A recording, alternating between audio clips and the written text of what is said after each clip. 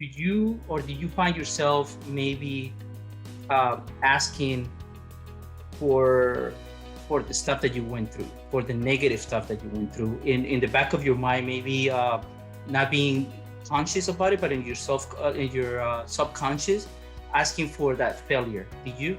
Absolutely. I don't ask for it, Yeah. but I'm okay with it because without it, I'm not who I am today.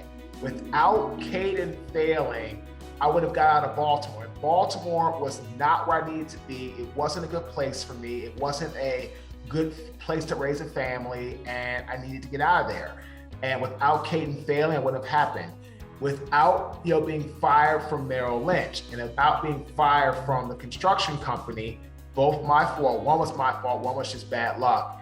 I would have never got into coaching football. And football, I wouldn't have got into being a custodian.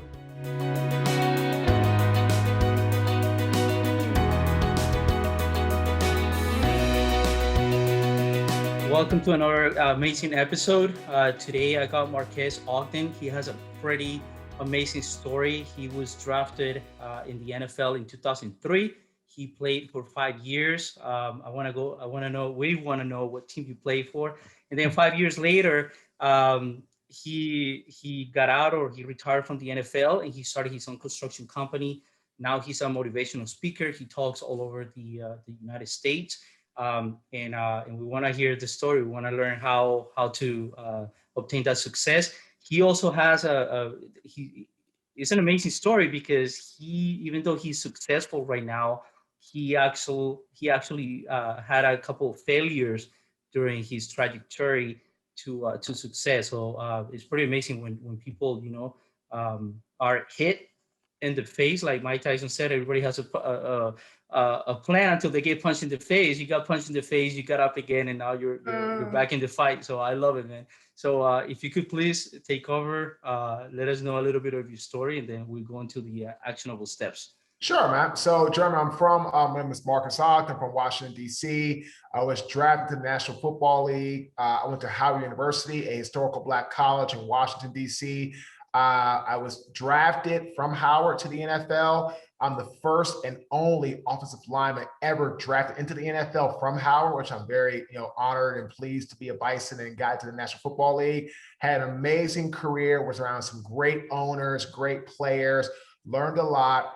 Got out of the NFL. I struggled for about 6 months, German, with alcohol addiction, painkillers, nightlife, gambling, because I didn't have a plan. I didn't have ambition. I wrote a book called The Success Cycle, which talks about ambition, drive, and hard work. And ambition is your purpose, German. Like, what are you going to do every day when you get up? What drives you? I didn't have that. And then after feeling sorry for myself, I started a construction company, real estate company. And within the first 3 years, we became the largest African-American subcontracting business in the city of Baltimore in the state of Maryland for 2 years. And it was absolutely phenomenal. We were an 8-figure business, but unfortunately, German, as the company grew, so did my ego. And my ego got in the way, and I became really self-centered, very arrogant. But most importantly, German, like I tell my clients, never get mesmerized by your early success. But I did that.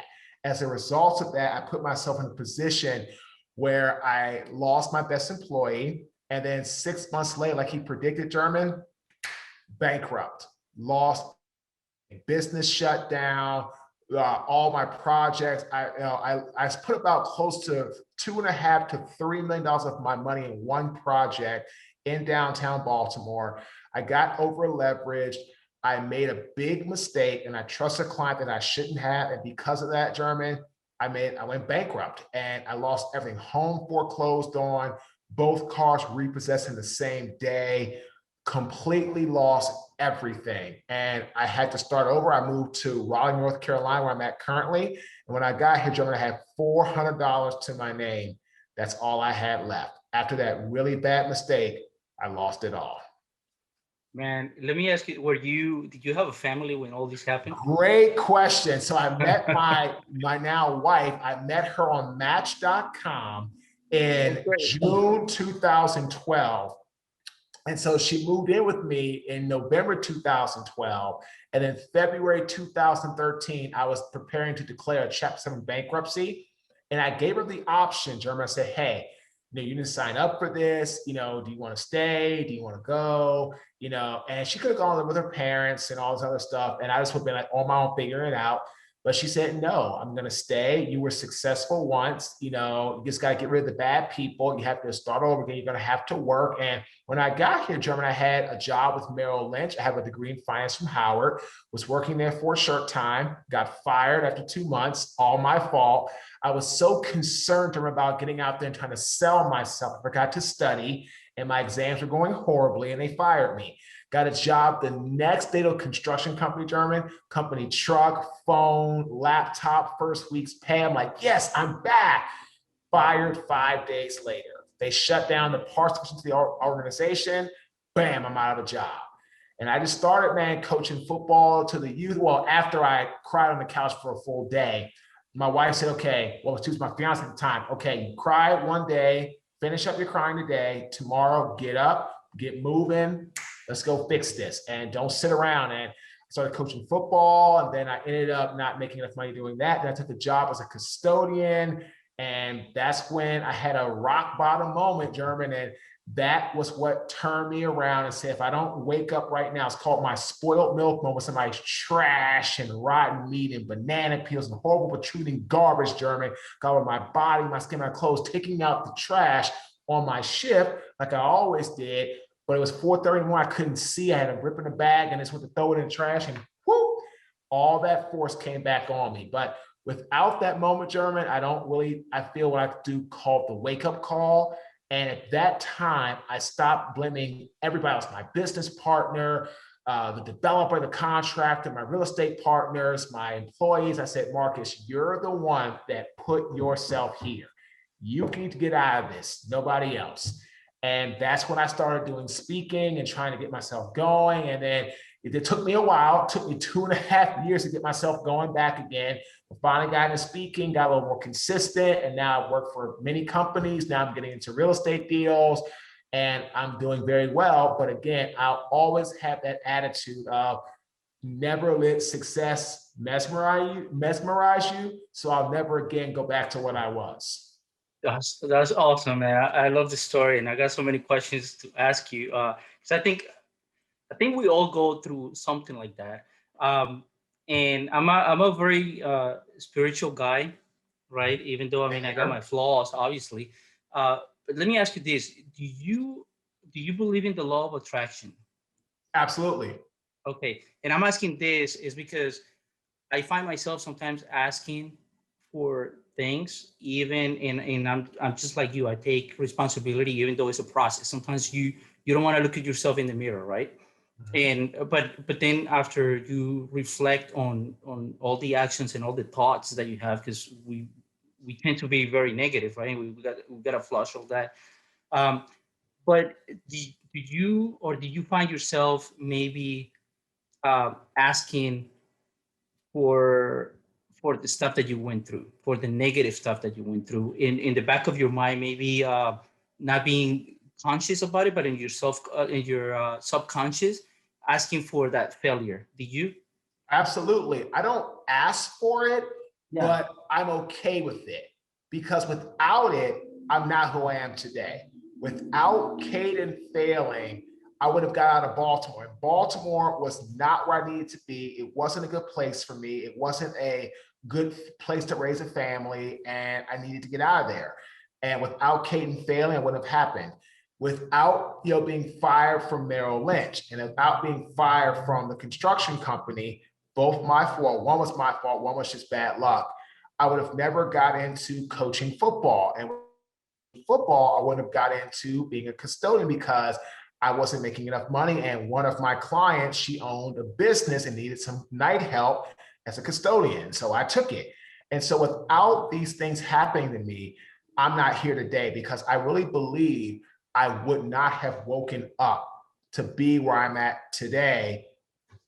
When I woke up in 2013, September, from that spoiled milk rock bottom moment, without that, German, I'm not here. because I would have continued to play the victim mode. I would continue to play, even though I was working and doing things, even though my wife's like, get off the couch and all that, I still had that, that self-pity. I still was in that poor Marques, victim Marques. Everybody took advantage of Marques. Marques was a grown man and he made some mistakes. He got into a real big game of construction, real estate and development, was doing well for a while, but he lost sight of the most important commodity, people. And once my best people started to leave, German, that was just the end of it, because I didn't have anybody to really run any checks and balances to help me keep out of trouble. Because when people tried to talk to me, I shunned them, I didn't listen. And once that happened, they stopped talking to me. Once my best employee left, it just became the Jenga downfall of everything else spiraling out of control. So can we call that arrogance? I call it ego, but same thing. Oh, it was ego. Okay, got it. Okay, no, that's perfect. Man, I love it. But let's go back. So for the younger people that might be listening to this episode, right? And they want to be, into sports. Sure. And they might hear your stories like, okay, well, this guy was in the NFL. Why the hell did he move out? And you said you don't have a plan, right? And maybe your plan wasn't to be on the NFL for so long. But if you reach that point that a lot of people want to be in, which is like to be at that level, right? I mean, the NFL, very huge organization, used to getting there. Not everybody gets, just to be drafted. Right. What made you decide to get out 5 years later? So I had some injuries from a back issue, and then I just kind of like wasn't playing at my best because my father passed away, and then I just didn't have the same passion I had for the game. But a lot of times, German, the game just divorces you. It's just like, yep, you've been here, you've played your time, you've given your service, you've used your body, we've paid you for your service. Now it's time to move on. And this is why a lot of athletes end up having financial trouble, because they get divorced from football. And then sometimes when they're married and they've been living a lifestyle of fame and fortune and on the road and, with your guys, and you're not home very much. And then you come back into the home, which is your wife's domain, and you're trying to adjust, and you all sometimes butt heads. Then there's been times where wives feel, I've read an article about this, that the ex-player is like a child of a husband, because they're not making money like they used to, not providing like they used to. And then what happens is, if you were a huge player, you made great money. But I tell you, when you make great money, you get big taxes. You have to pay, you have to get taxed on the game. Your sign bonus gets taxed. Your game check gets taxed. All this stuff. And then what happens is sometimes some players just don't handle that divorce from the game well, which will do what, German? Come into the home life. And then unfortunately, sometimes it happens where divorce happens. I read one of my good friends who works with a lot of NFL retired players for one of the teams was telling me that, 70% of African-American NFL athletes, 2 years within 2 years of retirement, German, are divorced. And so then that whole financial thing of having to give up half to your spouse, and you have to have child support or spouse support. So then what happens is all that money they've made, the lifestyle they can't keep up, they have a divorce that happens. So there's a lot of moving parts. And that's what I try to tell everybody. The game is phenomenal, but once you're done with the game, if you don't have a plan and the game disregards you, if you're like my brother who's NFL, he walked away, Barry Sanders walked away. There's a few of us that Peyton Manning that walked away. But most of us are, you're done. And if you don't handle that transition well, German, it can really be catastrophic in your everyday life. Good. Awesome. So once you got out of the NFL, how did you end up in construction? What was were you always interested in real estate, or how did that work? So I took a class at USC in real estate development through the NFL. And then I went to a program where Congressman Elijah Cummings in 2008 was speaking. He was a great friend with Obama when he was alive. He was a congressman for the state of Maryland. He spoke at a historical Black college called Morgan State, which is in Baltimore, Maryland. And he inspired me with his words of somebody in this room will be the next big minority contractor, real estate developer that will not just sit at the table, they'll create their own table for people to sit at. And that inspiration got me going.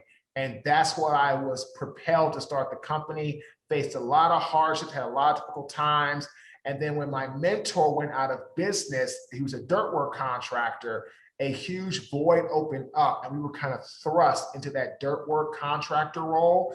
And that's when we had massive explosive growth, which was too much for us. We were not prepared to handle that really explosive growth. We got over leveraged. We got into some projects we shouldn't have got into. As a result of those things, German, we made some bad mistakes and we ended up going bankrupt after, after we made it about the 5.5-year mark and bam, we were out of business. And that's basically when the real estate market crashed, right? In 2008, 2009. So it crashed. So yeah, we started when it crashed and we grew it massively because we were a minority contractor, city contracts, federally funded state contracts. And the majority contractors need to hire minority contractors to fulfill those obligations, those regulations on the contract. So we were flooded with business. The problem was we just got I just got very arrogant, very ego driven, and I lost sight of how to treat people. And once that happened, German, that was it for me. Nice. Let's, because now, well, are you still investing in real estate? Yes. Okay. So, but let's for the people that want to get in construction, right? Because I mean, that's what we talk about in real estate. Run me through the actionable steps, and I'll talk about the most important steps that somebody might want to take if they want to get into construction. They want to get their first, it's a 5-step process. Number one, know the business. Know enough about construction where you don't have to rely on a partner or your people to help you make sure you know what you're doing. That's huge. Number two, if you do get one, vet your partner. Run background checks, get their social security number. It costs you a few $100. That was one of my biggest mistakes, German. Got into the right business with the wrong person. And I did not do that, and it cost me dearly. Third, run background checks on your employees. If you hire people and you grow, end up making sure that you know their background, who they are, because they represent you in the field. Number four, always be properly funded. That was our mistake. Well, that was my mistake. We were funded for our development in concrete and demo work, but once we got into dirt work, German, we were playing a whole nother field and we were way underfunded for that industry, or that part of our business. And the fifth part, know when to walk away. A business is not a baby. It's not a person. It's a piece of paper. I flushed great money down a bad hole. If I had just learned how to put, and I call it the 80-20 rule, invest 20% of your net worth trying to save your business. Once you get to the 20% mark, if you can't save it, walk away. I should have put in about $400,000, $500,000 into the business.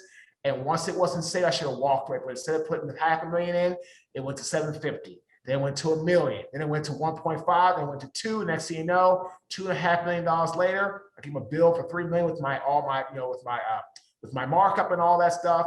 It was denied. I had nothing in the bank left but pennies on the dollar. That's all I had left. That's awesome advice. That's great, man. So once you already told us the story. You had the construction company. You went to bankruptcy, right? Okay. Yep. And then you started different jobs during the process of getting back on your feet, right? Right. Well, you went through the whole depression. You mentioned alcohol. Oh yeah, I was addicted to alcohol after my NFL career ended, and then again when I moved to Raleigh after the bankruptcy. I was drinking Miller Lite. I couldn't afford anything else, but I was alcoholic massively at that time. Yes. Man. Okay. Cool. So your wife now. Back then, she was your fiance. She helped you out. She was a vital part of that transition, right? And getting back on your feet. which is awesome, man. We always talk about family and the fact that it's important that you have that type of support, you know. Oh, So easy, that's man. very important. Now, now you're a motivational speaker, and let me back up a little bit. You mentioned that you also invest in real estate. Are you a passive investor now, or are you an active investor where you actually? So right now I do a lot of passive because of my time with, speaking, but, I'm in the process of setting up some more things, automation, so I can become more of an active investor, multifamily, apartment buildings, mixed use. I've got a project in New Mexico, looking at one in Austin. But yeah, I'm passive right now because of my commitments to my main job as a coach and a speaker and a, consultant. But as I get more systemized and able to create more income residually through courses, I will be getting out and doing more active investing in real estate. Okay, and let me ask you this before we jump into what you do now. Mhm. Why real estate? Because real estate is a great way to invest in something, and it has a huge upside, especially if you know the market and you know what you're looking at. Look at the comps, look at what's going on, look at, who's buying, who's selling. I mean, like, for example, right now it's a hot seller's market in residential. My God, I have clients that are realtors, commercial, residential in the state of Denver. I'm sorry, in the state of Colorado. There's only 3,600 houses right now that are for sale. In the North Carolina, in Raleigh, where I'm at, in the Triangle area, I'm in the Research Triangle, there's only 2,500 houses. That's Yeah, it. yeah, So real estate is where you can invest something and you can get in it, the way you can afford it, either by joining and being a part of a syndication group, whatever you have to do. It allows you to manifest and grow a great asset over time. And it's a great way to put money in and give you tax credits and help you not to pay so much to Uncle Sam. There's a lot of benefits to real estate. But the only thing is, know what you're getting into. And for goodness sakes, invest with the right people. yep. That's where people go wrong. They put their money with the wrong people. And then from there, it can really turn bad. I have helped one of my clients not invest with someone. And, it's somebody that, they just didn't see eye to eye. And I told him, hey, look, no problem. This is what you want. It's what they want. Bam. Don't worry about it. No hard feelings. But he said, Marques, hiring you, I was able to not invest that $250,000 with the wrong person.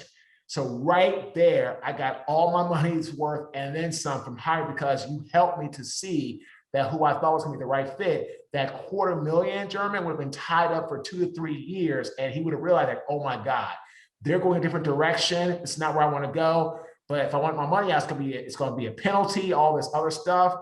And I helped him keep that $250,000 in his family's pocket. And his wife, they love what we do to help him with his business. That's great, man. One of the things that I say, because I also coach a couple of people on real Sure. estate, right? And what I tell them, because especially the new investors, they want to put their money somewhere, and they're so eager to go and buy anything just to say that they closed on something, or I they, got a deal. yeah.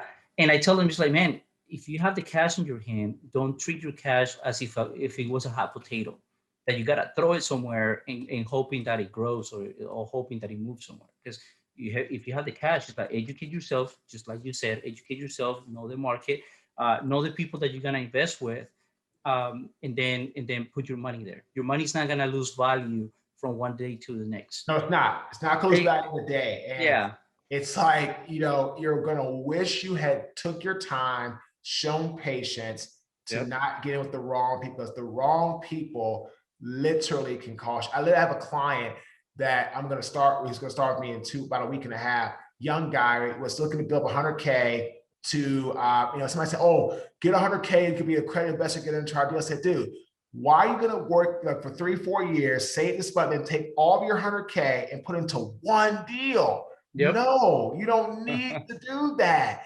exactly. You don't need that. Like, you need to be diversified. You need to do less. You don't want to build everything up for 4 or 5 years of your life and take it and go into one deal that you really don't know because Yep. you're an accredited investor, man. No, that's not where you need to be at, because you can get into other deals way less in, and learn the business and diversify. This way you'll have monthly different assets, you'll have more doors, and you'll be able to understand how it works, different markets, what's working, what's not. You take all your cash into one deal. If that deal goes south, you're done. Yeah, all I know. you work for is gone.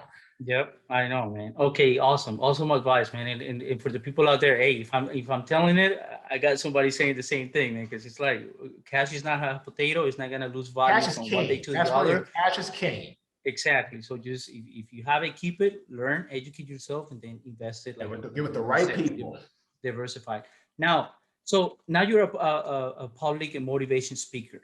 Mm-hmm. How do you go from NFL player, failure, not failure, but getting your construction business, and then failing, getting up on your feet, and then building the courage and the I'm guessing the attitude to say, hey, my story is of value and can help people do this. So now I'm gonna do this. First of all, how did you start, and how did that mentality? So after my rock bottom moment, I came home, German, and I wrote down my 3 biggest strengths. I was good at telling stories, I was good at communicating, and I wanted to help people, especially NFL athletes, learn from my mistakes and not make my mistakes. I realized that NFL athletes and regular people have a lot of the same issues. So then I said, I want to start speaking, right? In 2013, I started September. 2.5 years, 30 months, German, told no on every job I went after for pay. 30 straight months. Finally got my first paid job from Miller Mock College in Wilmington, North Carolina. And I learned the business, got better at marketing, built myself up. And in the last 5 years, actually it's 5 years this month, because I got my first paid job in April. I've worked for 19 Fortune 500 clients. I consult for some of the largest companies in our country. One of them being the fastest growing tomato brand in our country called Red Gold Quality of Elwood, Indiana. I have helped them to sharpen their sales skills with their staff, their leadership skills, and to become an even more successful company than they already are. They've had massive growth. They're the fastest growing tomato company, German, 3 times the closest competitor. I've been with them now for about a year, and they love me, and I love working with them. So I'm helping with the operational side. And this is what people want to listen to this, if you're listening to this podcast. There's 3 ways that you can set your operational excellence to outperform anybody. Outpace, outperform. Okay, so so number 1 is outpace people. You have to outpace them and always keep 1 step ahead. Outsmart them. Learn, educate, and that's how you create value, by learning and treat cash as king to make the right decision. And then outperform them. Get with the right team and get to the right deals and start making moves and making money. So again, outpace, outsmart, outperform. That's what I do for my clients as a coach, as a speaker. But I got into this and I had no fear. I'm like, look, here's what I tell you all the time, German. People are going to judge you regardless of what you do, what you say. So you might as well own the truth. They're going to judge, oh, you're a football player. How'd you lose all your money? How'd you do this? Well, you know what? I got into business, made a lot of money, ran into a company that was $1 billion, worth billions of dollars against my little 15 million. They ate me up. That's how I lost my money. I got into 5 from 2 jobs. Oh, you worked as a custodian, Marques? I can't believe that. Why? I made $8 an hour. I made $311.13 a week, German. But you know what? It paid a bill. It paid a light bill. It paid whatever it had to do. It paid a bill. Yeah. You don't have when you have nothing, you appreciate everything, right? It's kind of the old saying: when you lose everything, you appreciate everything. And I tell everybody, at the end of the day, when you have nothing, you can't afford to have an ego, right? And I still had the ego, but I didn't get way of working. But once I had that rock bottom moment, my ego was gone. I'm like, yep, never again will I have an ego. That's why I work hard. I mean, it's 9 o'clock at night, podcast with you. Like, that's the way in which I do things now. I work tirelessly. My team does. And it's all about marketing yourself to the right people. And that's what it's about. Awesome.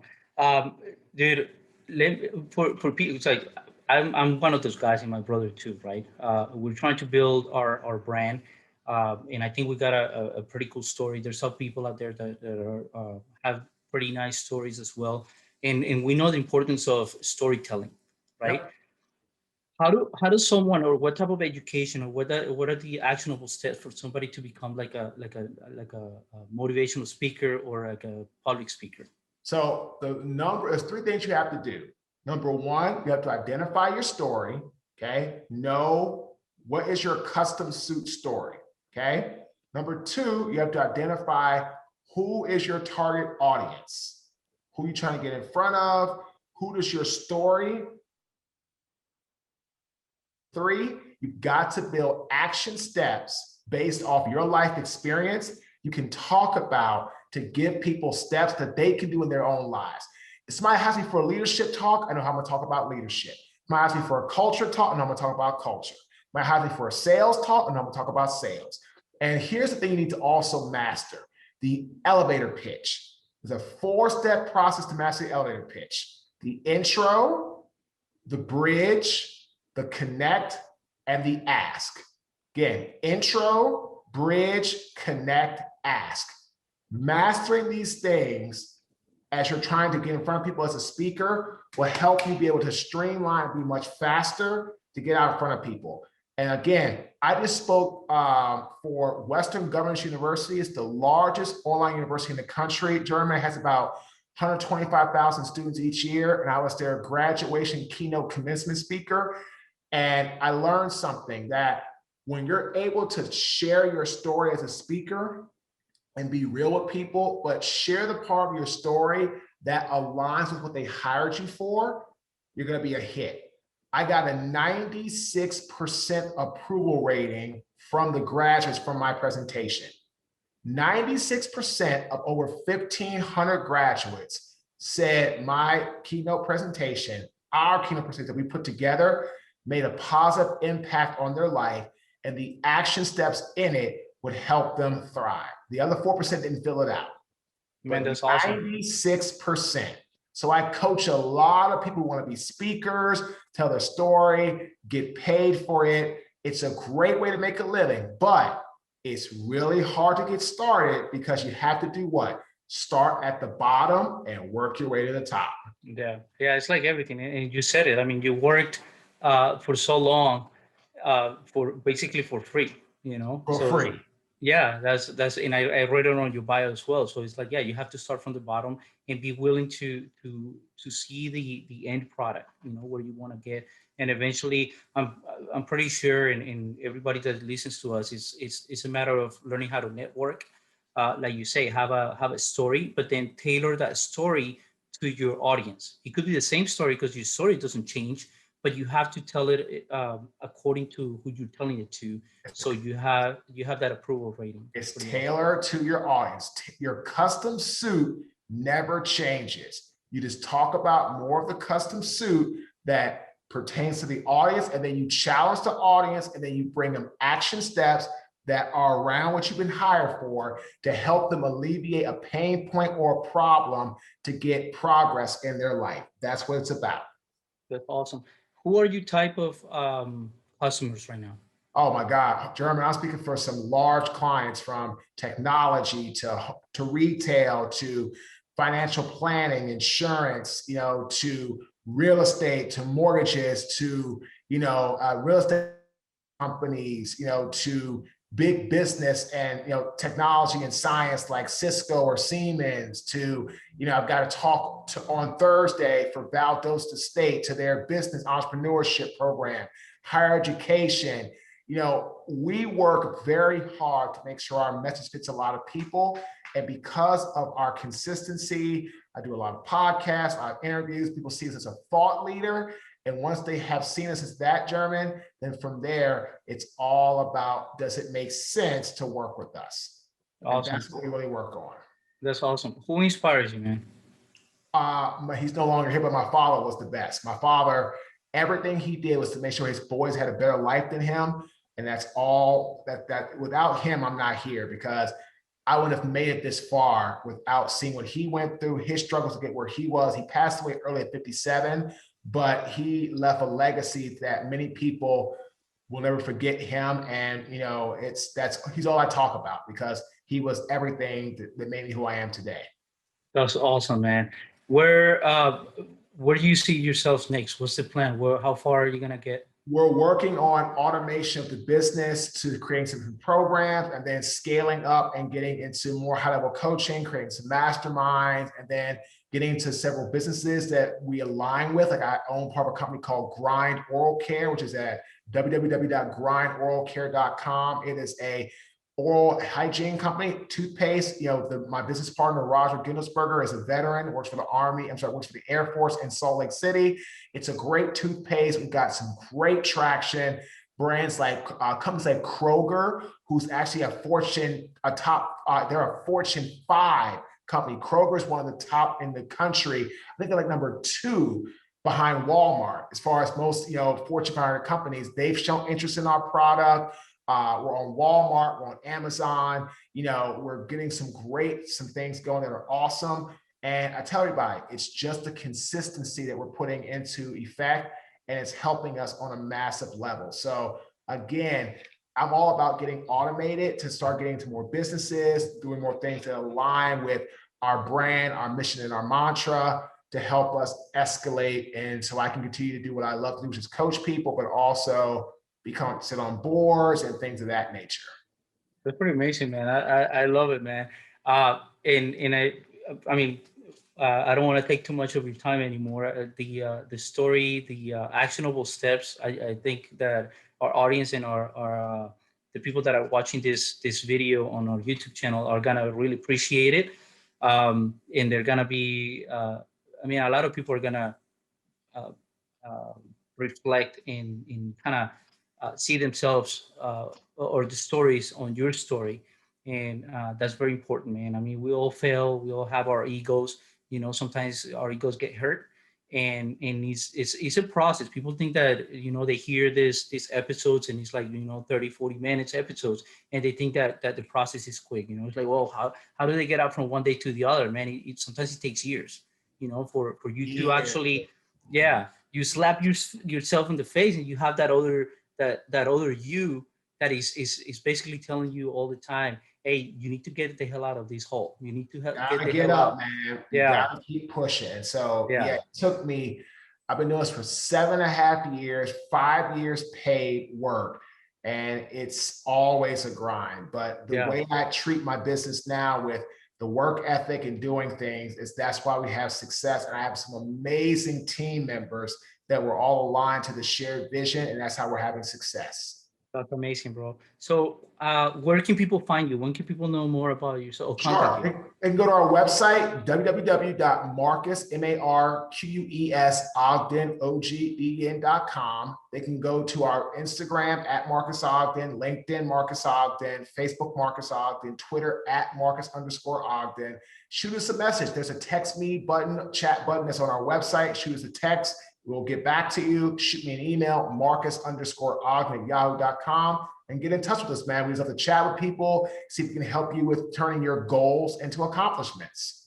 That's pretty amazing, man. Hey, I really appreciate it. For the audience out there, please give us some love. If you like this episode, give us some comments, some 5-star reviews, and I appreciate Marques, your time. Amazing story, and I hope to stay in touch with you, man.